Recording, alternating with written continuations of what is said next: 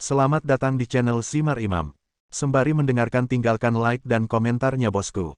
Jangan lupa pasang headset kalian. Siapkan kopi dan camilan. Lupakan pahitnya kehidupan. Mari kita dengarkan sambil rebahan. Bab 425.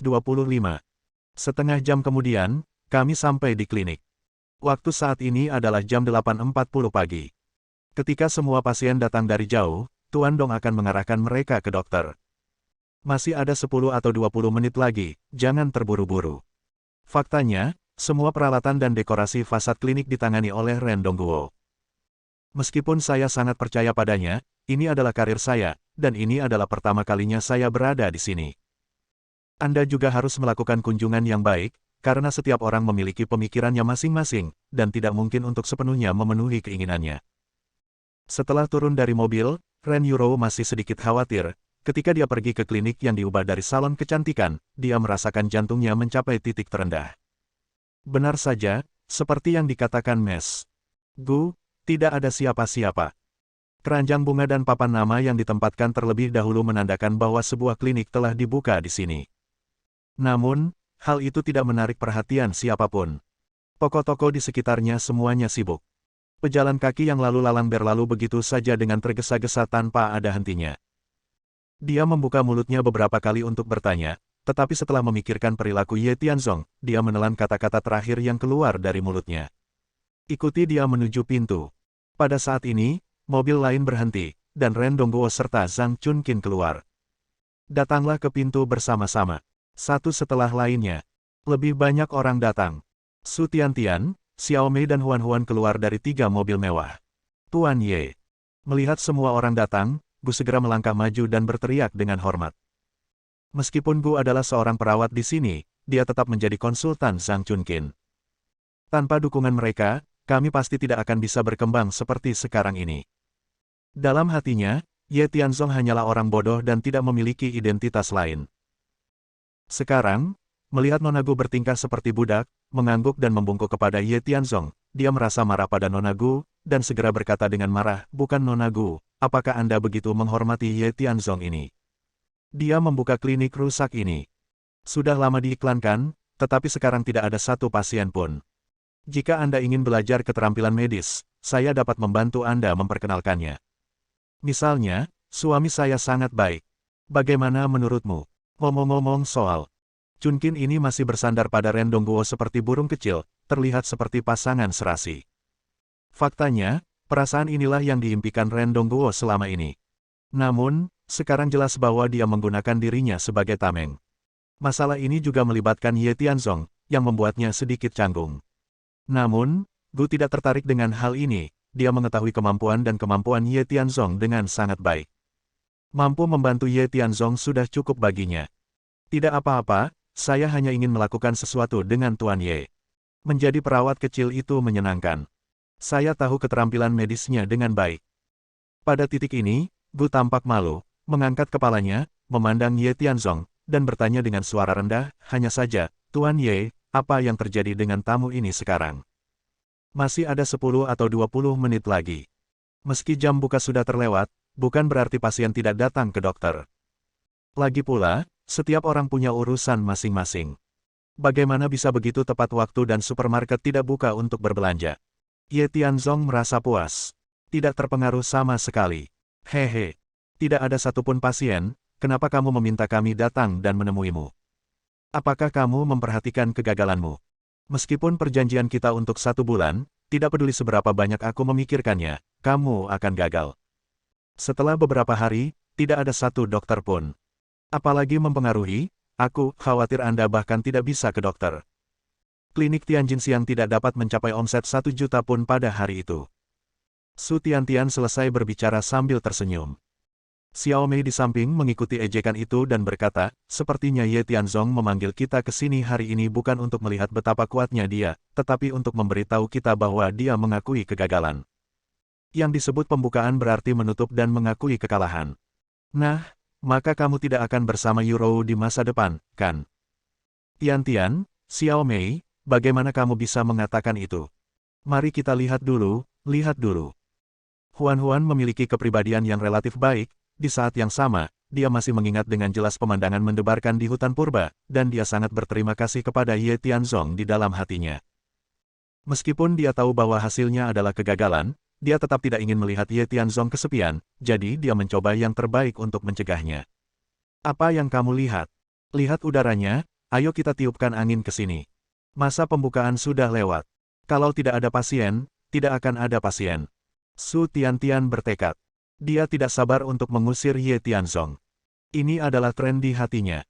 Bagaimanapun, dia tidak menyukai orang lain. Dia selalu merasa bahwa dia adalah orang desa dan memiliki masalah otak. Itu hanya keberuntungan untuk menyelamatkan kedua saudara perempuan itu pada saat itu. Meskipun pihak lain langsung menyetujuinya saat taruhan dibuat, hal itu tetap membuatnya merasa sedikit waspada. Namun, fakta berbicara lebih keras daripada kata-kata, dan tidak ada kesabaran. Tidak ada pengaruhnya, apalagi omsetnya, kalau di hari pertama seperti ini, apalagi sebulan, biarpun setahun atau 10 tahun, saya khawatir dia tidak akan bisa mengejar ritmenya klinik Tianjin Siang. Meskipun saya mendengar bahwa Tianjin Siang dibubarkan dari bisnisnya oleh beberapa ahli, tetapi unta kurus lebih besar dari kuda, dan dibandingkan dengan Ye Tianzong, ia tidak berarti apa-apa. Jangan terburu-buru. Pokoknya, karena kita semua di sini, ayo masuk dan duduk sebentar dan istirahat. Tidak ada yang datang ke pembukaan, bukan berarti tidak ada yang datang ke pembukaan. Biar begini, biar saya periksa dulu peralatan kliniknya. Kalau setengah jam tidak ada yang datang, maka saya akan menyerah. Taruhan 1 bulan, mulai hari ini, aku akan meninggalkan Euro, menjauh dari keluarga Ren, dan menghilang tanpa jejak mulai sekarang, ini tidak masalah, kan? Pamerkan kartu truf Anda. Meskipun Ye Tianzong berbicara dengan tenang, dia menjatuhkan bom besar ke hati semua orang. Ye Tianzong, apakah kamu serius? Kebahagiaan datang begitu cepat dan tidak terduga. Zhang Chunqin menatapnya dengan tatapan kosong, jantungnya berdetak sangat kencang hingga rasanya ingin melompat keluar dari dadanya. Tentu saja, perkataan seorang pria sejati sulit untuk diikuti. Haha, kamu masih seorang pria sejati.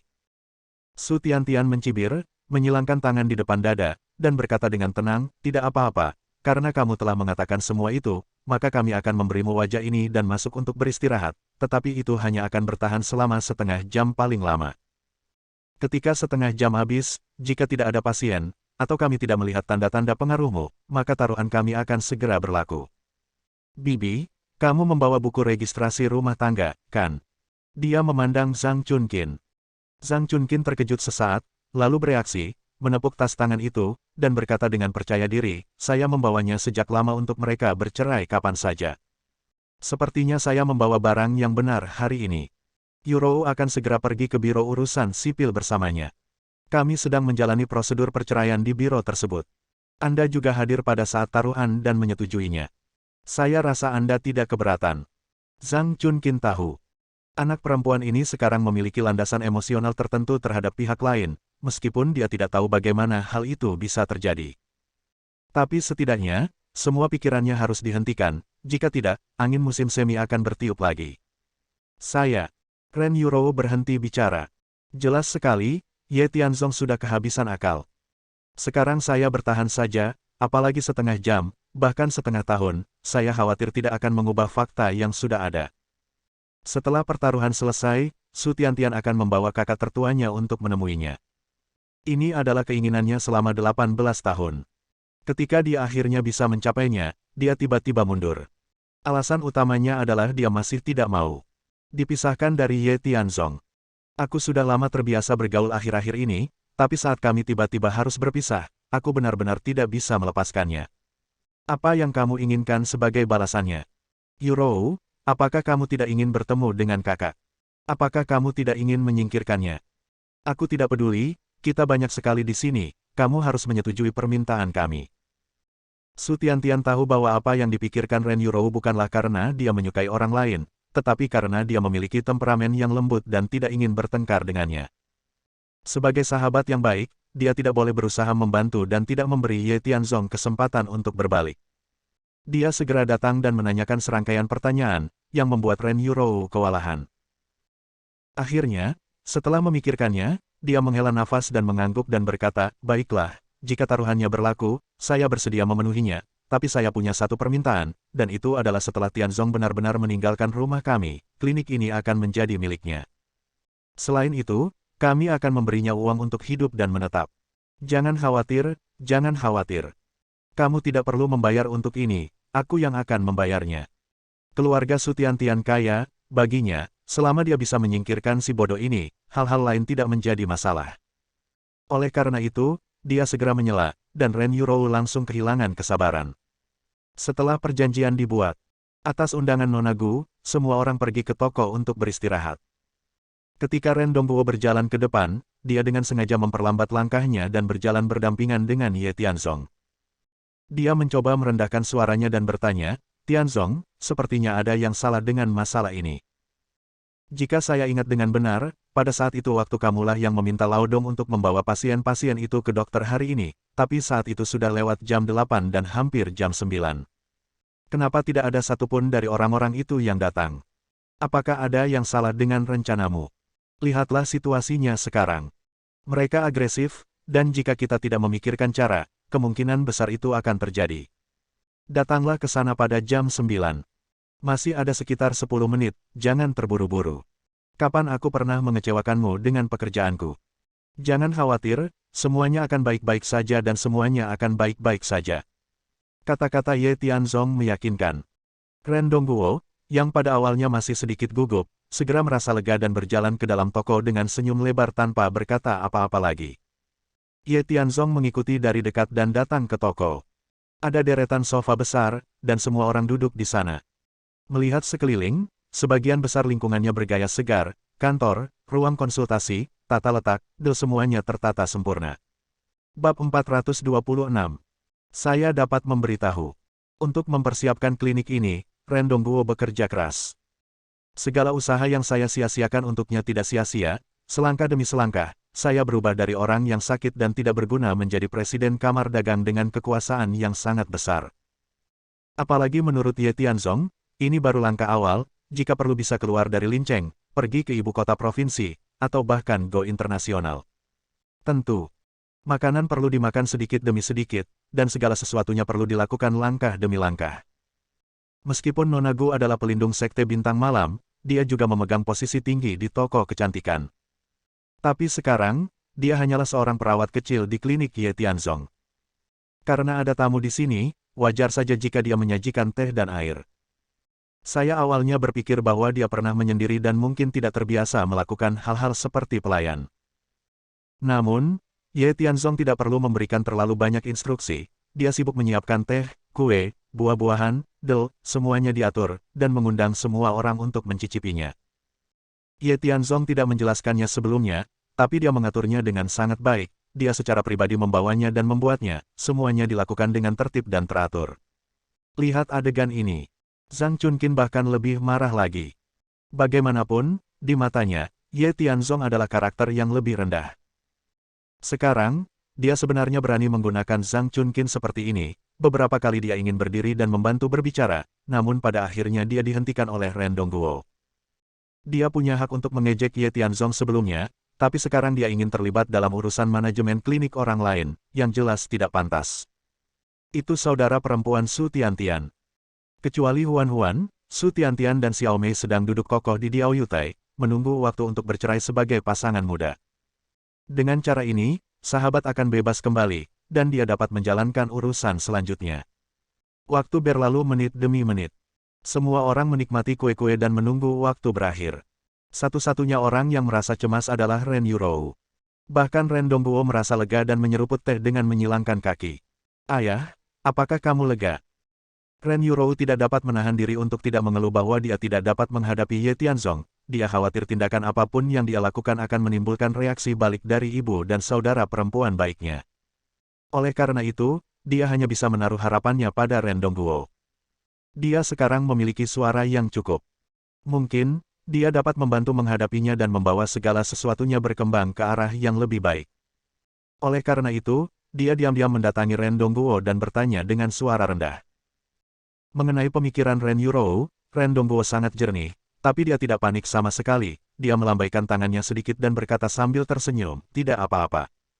Saya masih percaya pada Tianzong tentang masalah ini. Mereka belum pernah mengalaminya, tapi kita sudah menghadapinya berkali-kali. Mungkinkah dia telah melakukan banyak hal seperti mengubah pembusukan menjadi sihir? Satu pekarangan dimiliki oleh satu pekarangan. Dulu proaktif, sekarang reaktif. Tidak mungkin kami mengikat pasien-pasien itu. Mereka punya hak untuk memeriksakan diri ke dokter secara mandiri. Jika saya kalah taruhan, saya harus menceraikan Tianzong. Jangan salah paham, ini tidak ada hubungannya dengan apakah Anda bersedia melepaskannya atau tidak. Hanya saja dia telah banyak membantu keluarga kami. Sekarang bahwa aku harus mengusirnya seperti ini, aku patah hati. Aku tidak tahan. Yang aku maksud adalah kamu harus mendiskusikan masalah ini dengan ibumu dan santai saja. Adapun Tian-Tian dan yang lainnya, meskipun niat mereka adalah bagus, mereka menggunakan metode yang salah. Saya akan menghibur mereka. Mari kita habiskan musim dingin secara terpisah, setidaknya biarkan masalah ini memiliki ruang untuk buffering, dan kita tidak boleh terlalu terburu-buru. Ren Yurou berbicara dengan tulus. Ini adalah hal terbaik yang bisa dia pikirkan. Ia yakin, selama kedua orang bekerja sama dengan tulus, krisis saat ini bisa diatasi dengan lancar.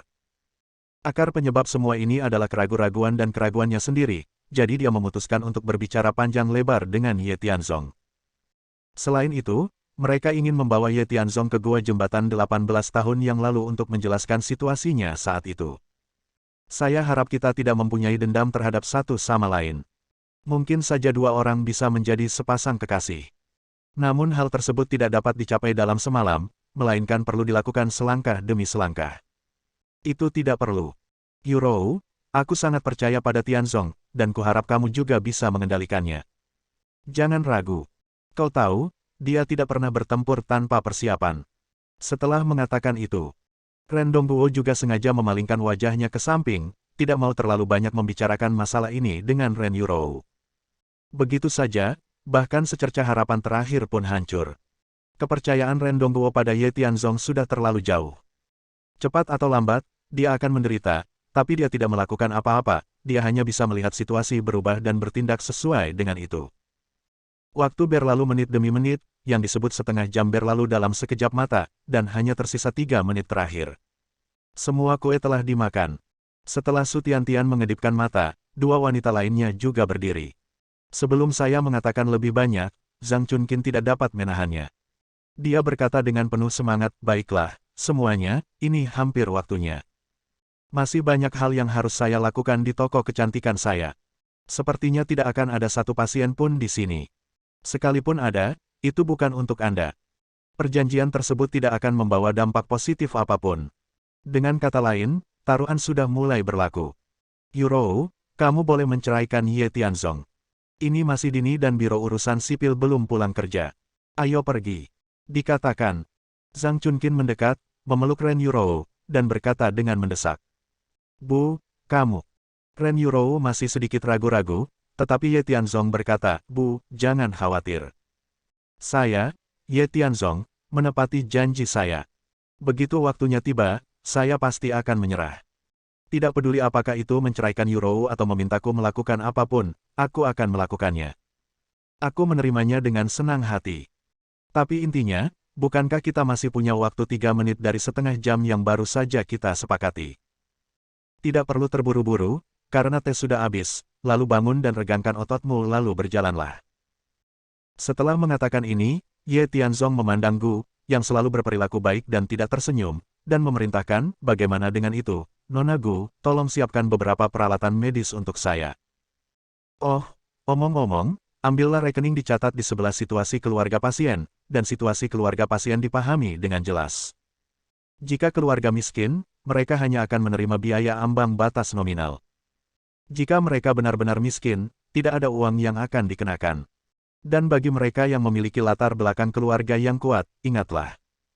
Mari kita naikkan harga yang kita tetapkan sebelumnya. Mendengar. Nona Gu terkejut sesaat, tampak tidak percaya. Dia mengangkat kepalanya, menatap Ye Tianzong, dan bertanya dengan bingung, Tuan Ye, kami belum memiliki pasien di sini.